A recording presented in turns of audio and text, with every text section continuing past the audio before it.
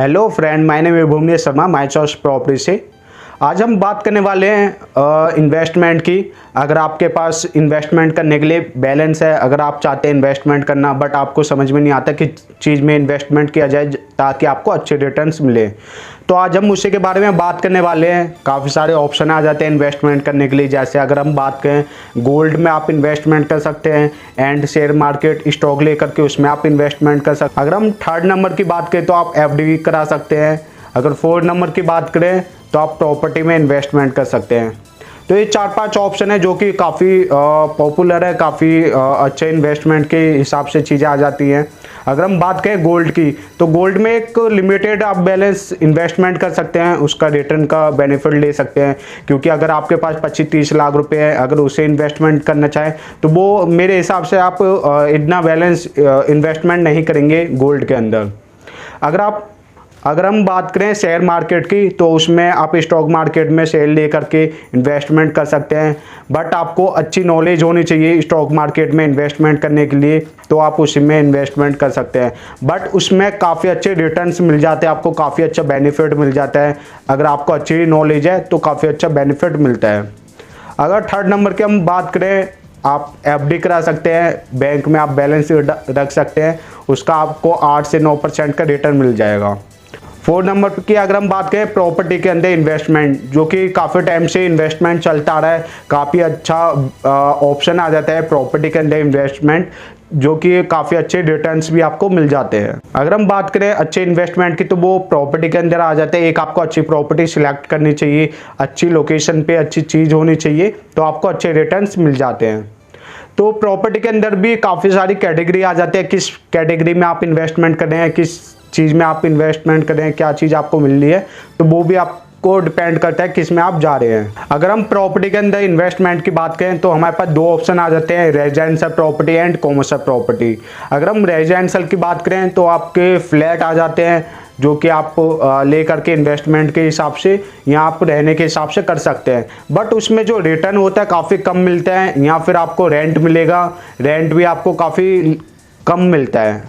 बात करें हम कॉमर्शियल प्रॉपर्टी से, तो अगर हम कॉमर्शियल प्रॉपर्टी में इन्वेस्टमेंट करते हैं तो इसके आपको रिटर्न्स अच्छे मिलेंगे, रेंटल भी काफ़ी अच्छा मिल जाता है। तो आप मान के चलिए आपके पास 40 से 50 लाख रुपए इन्वेस्टमेंट करना चाहते हैं, तो 2 ऑप्शन आ जाते हैं प्रॉपर्टी के अंदर इन्वेस्टमेंट करने के लिए, रेजिडेंशियल एंड कॉमर्शियल। अगर आप ऑलरेडी आपने एक फ्लैट ले रखा है, अगर आपका अपना एक फ्लैट है, तो आपको कोई फ़ायदा नहीं है रेजिडेंशियल प्रॉपर्टी में इन्वेस्टमेंट करने का, क्योंकि उसके अंदर काफ़ी कम रिटर्न्स मिलते हैं, काफ़ी कम आपको रेंट मिलता है। तो इसलिए अगर आपकी सेकंड प्रॉपर्टी आप खरीदना चाह रहे हैं तो आप कॉमर्शियल प्रॉपर्टी में इन्वेस्टमेंट करिए, क्योंकि काफ़ी अच्छे रिटर्न्स मिलते हैं उससे आपको। कॉमर्शियल प्रॉपर्टी के अंदर भी हम बात करने वाले हैं, काफ़ी सारे ऑप्शन आ जाते हैं कॉमर्शियल प्रॉपर्टी के। समझ में नहीं आता कि इस प्रॉपर्टी में इन्वेस्टमेंट किया जाए कॉमर्शियल के अंदर। अगर हम बात करें कॉमर्शियल प्रॉपर्टी के अंदर तो काफ़ी सारे ऑप्शन आ जाते हैं। अगर हम बात करें कॉमर्शियल प्रॉपर्टी के अंदर तो आपका ऑफिस स्पेस हो गया, रिटेल शॉप हो गई, फूड कोर्ट हो गया, मल्टीप्लेक्स हो गया, ऑफिस हो गए आपके, मतलब काफ़ी सारे ऑप्शन आ जाते हैं इन्वेस्टमेंट के हिसाब से।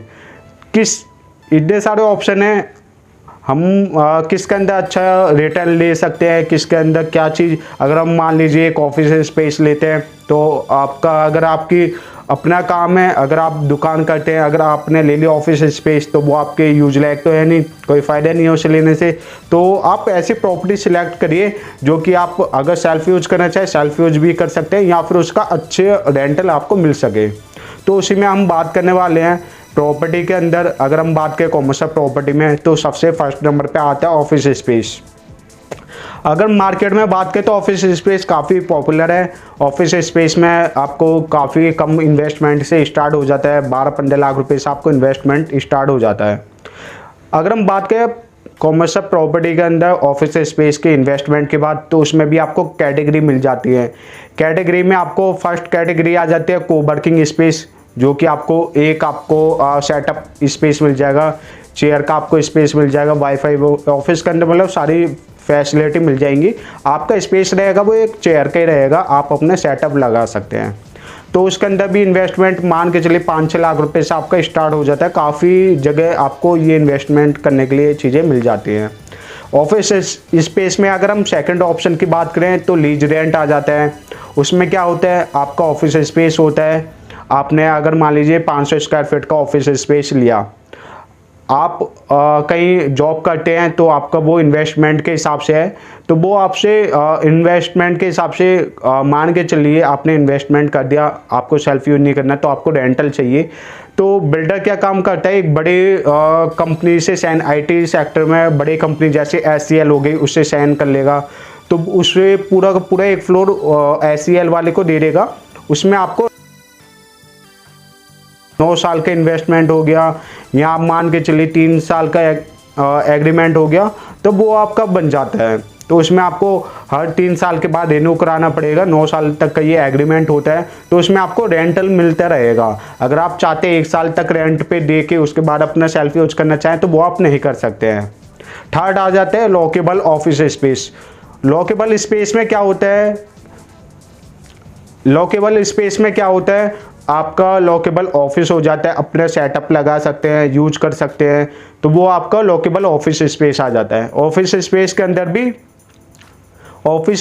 अंदर भी 3 कैटेगरी आ जाती हैं, lockable office space, lease office space, coworking office space. Coworking office space में आपका एक सेटअप एरिया, चेयर का एक स्पेस मिल जाता है छोटा सा। अगर लीज रेंट की बात करें तो उसमें आपको लीज पे दे सकते हैं, उसे सेल्फ यूज ही नहीं कर सकते, तो उसमें आपको रेंटल ही मिलेगा। थर्ड आ जाता है लॉकेबल स्पेस, तो उसमें आप लॉकेबल कर सकते हैं, जो कि आपका लॉकेबल रहेगा। तो ये ऑफिस स्पेस के अंदर इन्वेस्टमेंट आ जाता है। अगर उसके बाद हम बात करें इन्वेस्टमेंट रिटेल शॉप की, तो रिटेल शॉप में भी काफ़ी सारे ऑप्शन आ जाते हैं। रिटेल शॉप में आपको लॉकेबल रिटेल शॉप मिल जाएगी, जैसे कि मैं आपको बताया रिटेल शॉप में लॉकेबल ये आ जाएगी। अगर आप अपनी शॉप खोलना चाहते हैं किसी भी चीज़ की, तो वो आपकी लॉकेबल रहेगी, उसे आप कर सकते हैं। उसमें सेकंड आ जाता है अनलॉकेबल, जो कि आपकी लीज पे रहेगी, तो आपको रेंटल मिलेगा। वो मान लीजिए आपकी किराए पे रहेगी, उसमें 3 साल या 9 साल का आपका एग्रीमेंट होगा, उसमें आपको रेंट ही मिलेगा, आप उसे सेल्फ यूज ही नहीं कर सकते हैं। तो ये दोनों ऑप्शन आ जाते हैं ऑफिस स्पेस के अंदर भी। उसके बाद हम बात करते हैं स्टूडियो अपार्टमेंट। स्टूडियो अपार्टमेंट एक काफ़ी अच्छा ऑप्शन आ जाता है। अगर आपका 30 से 35 लाख रुपए का इन्वेस्टमेंट का प्लान है, तो आप स्टूडियो अपार्टमेंट खरीद सकते हैं। उसके अंदर आपको फुल्ली फर्निश स्टूडियो अपार्टमेंट आ जाता है। स्टूडियो अपार्टमेंट के अंदर आपको, उसके अंदर भी आपको 2 ऑप्शन आ जाते हैं, एक कॉमर्शियल स्टूडियो अपार्टमेंट आ जाता है, एक रेजिडेंशियल आ जाता है। अगर मान लीजिए आपकी रेजिडेंशियल सोसाइटी में स्टूडियो अपार्टमेंट है, तो उसका रेंटल काफ़ी कम होगा, उसका प्राइस भी काफ़ी कम होगा।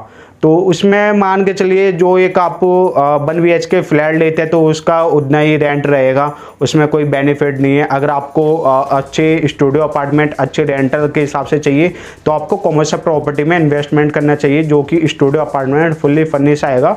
उसका रेंटल भी आपको काफ़ी अच्छा मिलेगा, काफ़ी अच्छे रिटर्न्स मिलेंगे उसके अंदर। तो स्टूडियो अपार्टमेंट भी आपका आ जाता है, सेल्फ यूज कर सकते हैं, या फिर आप किसी भी होटल को लीज पे दे सकते हैं, जो कि बिल्डर ऑलरेडी करके देता है। तो उसमें दोनों ऑप्शन आ जाता है। अगर सेल्फ यूज करना चाहेंगे तो आप रेंट पे दे सकते हैं, या फिर आपको बिल्डर ही रेंट पे करके देगा। अगर हम उसके बाद इन्वेस्टमेंट की बात करें तो आपका फूड कोर्ट आ जाता है। फूड कोर्ट के अंदर आप इन्वेस्टमेंट कर सकते हैं, सेल्फ यूज कर सकते हैं, या फिर आप लीज पर दे करके रेंट ले सकते हैं। तो वो भी आपको दोनों मिल जाते हैं, लॉकेबल एंड अनलॉकेबल। लॉकेबल में खुद यूज कर सकते हैं, अनलॉकेबल में आप रेंट पे चढ़ा सकते हैं। अगर हम उसके बाद बात करें, एक और इन्वेस्टमेंट आ जाता है मल्टीप्लेक्स, जो कि अगर आप मॉल में शॉप इन्वेस्टमेंट कर रहे हैं मॉल के अंदर, ये सारे जो मैंने आपको ऑप्शन बताए हैं मॉल के अंदर भी आ जाते हैं, एंड ये हाई स्ट्रीट मार्केट भी आ जाती है।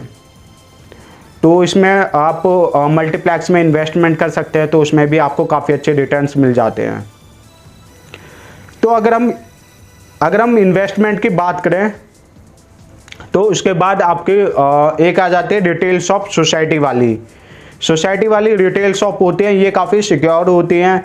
आपका ये रेट, अगर मान लीजिए आपने सोसाइटी में शॉप ले ली, तो ये 100% 101% चलनी है। किसी भी चीज़ का आप इसमें काम कर सकते हैं, डेली नीड्स वगैरह, या मतलब कुछ भी आप काम कर सकते हैं, इसमें चलना ही चलना है। तो ये काफ़ी अच्छी रिटेल शॉप होती है, कंपटीशन भी आपका कम रहता है। तो इसमें काफ़ी मतलब साइजेस की अगर बात करें तो काफ़ी बड़े साइजेस आते हैं, 300, 350, 400 स्क्वायर फीट। किसी सोसाइटी में छोटे साइजेस भी आ जाते हैं, तो वो आपको एक बार चेकआउट करना पड़ेगा। बट ये काफ़ी अच्छा ऑप्शन आ जाता है रिटेल शॉप का सोसाइटी शॉप के अंदर। अगर हम इन्वेस्टमेंट की बात करें तो उसके अंदर भी ऑप्शन आ जाते हैं, जैसे कि आप देखेंगे मॉल के अंदर इन्वेस्टमेंट ऑप्शन आ जाते हैं, उसके अंदर भी ऑफिस स्पेस आ जाते हैं, रिटेल शॉप आ जाते हैं, फूड कोर्ट आ जाते हैं, मल्टीप्लेक्स आ जाता है, तो काफ़ी सारे ऑप्शन आ जाते हैं मॉल के अंदर। उसी में सेम एक आपकी हाई स्ट्रीट मार्केट आ जाती है। तो उस मॉल में और हाई स्ट्रीट मार्केट में क्या अंतर आ जाता है, अगर डिफरेंस की बात करें तो उसमें ना एक आपकी मेंटेनेंस होती है। मॉल के अंदर अगर मेंटेनेंस की बात करें तो आपकी 35 से 40 रुपये के करीब की आपकी मेंटेनेंस आती है। वो इस वजह से आती है क्योंकि वो पूरा सेंट्रलाइज एसी होता है मॉल के अंदर। आप देखेंगे किसी भी कोने में जा करके कहीं भी आप खड़े होंगे तो वहाँ पे आपको एसी के ऑप्शन मिल जाते हैं। अगर हम बात करें हाई स्ट्रीट मार्केट की तो उसके अंदर एसी नहीं होते हैं, उसमें आपको चिल्लर पॉइंट लगा करके देते हैं, जिससे आपका टेम्परेचर आप मान के चलिए 10 से 12 डिग्री कम हो जाता है। तो उसमें आपको बेनिफिट ये मिल जाता है, आप मॉल के अंदर 35 से 40 रुपये की मेंटेनेंस पर स्क्वायर फीट पे दे देते हैं। अगर हाई स्ट्रीट मार्केट में लेते हैं तो आपकी 10 से 12 रुपये की मेंटेनेंस आ जाती है। तो उसमें आपको काफ़ी बेनिफिट मिल जाता है। तो जो सबसे वर्डन की मेंटेनेंस ही सबसे ज़्यादा लोड पड़ता है, क्योंकि काफ़ी ज़्यादा मेंटेनेंस आ जाते हैं 40 रुपये पर स्क्वायर फीट के हिसाब से, मतलब काफ़ी रेट पड़ जाता है मेंटेनेंस का। तो इसीलिए आजकल जो ज़्यादा पॉपुलर हो रही है हाई स्ट्रीट मार्केट हो रही है, क्योंकि उसके अंदर रेंट भी कम आता है, एक अच्छे डिज़ाइन में बनती है, एक अच्छा लुक भी आता है हाई स्ट्रीट मार्केट के अंदर। उसके अंदर भी आपको पीवीआर सिनेमा, मतलब सारी multiplex, food court, retail shop, office space, सारे ऑप्शन उसमें भी आपको सेम मिलेंगे। अगर आपको एग्जांपल देखना है तो आप गाजियाबाद के अंदर इंद्रपुरम के अंदर जा करके चेकआउट कर सकते हैं। हैबिटेट सेंटर बना हुआ है, काफ़ी अच्छी हाई स्ट्रीट मार्केट बनाई हुई है। अगर बात करें आसपास के 4 से 5 मॉल आ जाते हैं, सिप्रा मॉल आ जाता है आपका, और वहाँ पे आदित्य मॉल हो गया, आपका एसआरएस मॉल हो गया, तो मतलब 5-6 मॉल आ जाते हैं नियर बाय। बट उन्होंने सबको फेल करा हुआ है क्योंकि वो आपका हैबिटेट सेंटर काफ़ी अच्छा चल रहा है। रीज़न सिंपल है, क्योंकि उसके अंदर मेंटेनेंस कम है। तो जितने भी आपके मॉल के अंदर ब्रांड्स थे वो सारे वहाँ से शिफ्ट हो गए हैं आपके हैबिटेट सेंटर के अंदर, क्योंकि उसमें मेंटेनेंस काफ़ी कम है। तो इस वजह से वो मेंटेनेंस की वजह से जाते हैं। तो आज हम बात करने वाले जितने भी ऑप्शन की, तो ये आपको दोनों ऑप्शन हाई स्ट्रीट में भी मिल जाते हैं, मॉल के अंदर भी मिल जाते हैं। थर्ड एक और ऑप्शन आ जाता है डिटेल शॉप का, जो कि आपकी सोसाइटी की डिटेल शॉप आ जाती हैं। तो उसके अंदर भी मतलब काफ़ी अच्छे ऑप्शन आ जाते हैं, वो आपकी एक अच्छा ऑप्शन है। अगर हम बात करें जितने भी अभी हमने ऑप्शन की बात करी है, जितने भी हमने ऑप्शन देखे हैं, तो उसमें सबसे अच्छा ऑप्शन क्या है, किस में इन्वेस्टमेंट करना चाहिए। अगर आपके पास मान के चलिए 15 से 20 लाख रुपए इन्वेस्टमेंट करना चाहते हैं, तो आप सबसे अच्छा आपके लिए ऑप्शन आ जाता है ऑफिस स्पेस का। उसके अंदर कुछ लीज रेंट पे भी ऑप्शन आ जाते हैं। तो आपको 15 से 20 लाख रुपए आपके पास पड़े हुए हैं तो आप ऑफिस स्पेस के अंदर इन्वेस्टमेंट कर सकते हैं। अगर आपके पास ज़्यादा पैसे पड़े हुए हैं तो आप रिटेल शॉप या फूड कोर्ट के अंदर इन्वेस्टमेंट कर सकते हैं। अगर आपको सेल्फ यूज नहीं करना तो आपको रेंटल्स आपको काफ़ी अच्छे मिलते रहेंगे, तो आप उसके अंदर भी इन्वेस्टमेंट कर सकते हैं। थर्ड आ जाता है, अगर आपके पास 80-90 लाख रुपए या 1 CR के अप्रॉक्स में आपके पास बैलेंस है, तो आप सोसाइटी शॉप देख सकते हैं, जो कि आपकी अच्छा सबसे बेस्ट ऑप्शन आ जाता है, जो कि आपका चलना ही चलना है लाइफ टाइम के लिए। तो आप उसके अंदर भी इन्वेस्टमेंट कर सकते हैं। अदरवाइज आपकी कुछ भी कैरी हो किसी भी चीज़ को लेकर के, तो मेरे नंबर स्क्रीन पे मेंशन हो रखा है, कॉल करके कांटेक्ट कर सकते हैं। अगर आप कॉमर्शियल प्रॉपर्टी में इन्वेस्टमेंट करना चाहते हैं तो हमारे पास भी काफ़ी सारे ऑप्शन आ जाते हैं नोएडा एक्सटेंशन के अंदर एंड सेंटर नोएडा के अंदर। तो आप कॉल करके कांटेक्ट कर सकते हैं, तो एक आपको अच्छी डील मिल जाएगी अच्छे रेटों के अंदर, एक अच्छे बजट के अंदर। जब तक के लिए ओके, थैंक यू, धन्यवाद। मिलते हैं एक नई वीडियो के साथ।